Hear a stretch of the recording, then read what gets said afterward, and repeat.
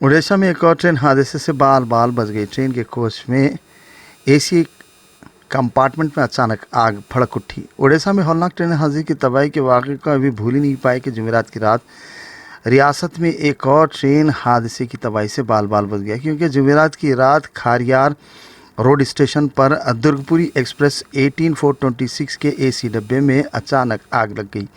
Media reports के मुताबिक उड़ीसा के नौपाडा ज़िले में रात तकरीबन 10 बजे ट्रेन में आग भड़क उठी थी। ये वाक़या उस वक्त पेश आया जब मुबैना तौर पर अलार्म चेन पुलिंग के बाद B3 कोच का ब्रेक नहीं लगा। दुरुस्त तरीके से ब्रेक न लगने से रगड़ की वजह से ब्रेक पैड में आग लग गई। हुक्काम ने बताया कि ब्रेक मुकम्मल तौर पर जारी न होने के बाद रगड़ की वजह से ब्रेक पैड में आग लगी थी। ईस्ट कोस्ट रेलवे ने कहा कि कोई ज़ख्मी या नुकसान की इत्तला नहीं है, क्योंकि आग सिर्फ ब्रेक पैड पर देखी गई थी। ये मसला बाद में ठीक हो गया और ट्रेन ने रात तकरीबन 11 बजे अपने सफ़र का दोबारा आगाज़ किया।